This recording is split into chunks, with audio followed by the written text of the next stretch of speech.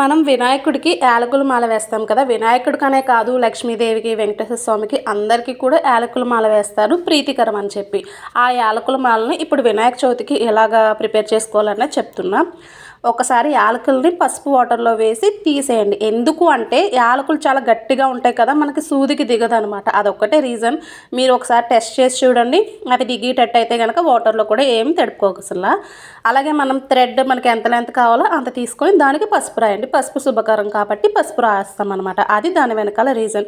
ఇప్పుడు మనం ఇంట్లోకి తెచ్చుకున్న వినాయకుడు విగ్రహాన్ని సైజు బట్టి మనం యాలకుల దండ అనేది గుచ్చుకోవాలి. 3, 11, 21, 108 లేదంటే కనుక 108లో హాఫ్ ఇలాగా మనకి సైజుని బట్టి అయితే కనుక యాలకులు గుచ్చుకోవచ్చు అనమాట. అలాగే పూజ అయిన తర్వాత ఈ యాలకుల మాల ఏం చేయాలి అన్నది డౌట్ వస్తుంది కదా.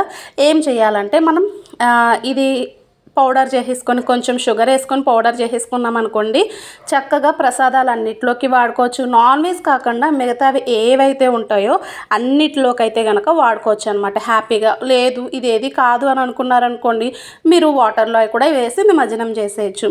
ఏదైనా మన ఇష్టం బట్టి మన చాయిస్ బట్టి అయితే కనుక ఉంటుంది. వినాయకుడికి వేస్తారు, అందరికీ వేస్తారు కాబట్టి ఈ వినాయక చవితి ఎవరికైనా వీలు కుదిరితే కనుక ఈ యాలకుల మాలను అయితే కనుక వేసుకోండి. అలాగే ఉండ్రాల మాల కూడా వేస్తానన్నమాట నేను. ఉండ్రాల పిండి ఏం కాదు, మనం తాలికలు చేస్తాం కదా, ఆ తాలికల పిండినే చిన్న చిన్న సైజులో ఒక 21 ఉండ్రాల కింద చేసి నేను ఇక్కడ పక్కన డిస్ప్లే చేస్తున్నాను కదా, అలాగా ఉండ్రాల మాల కూడా వేస్తాను.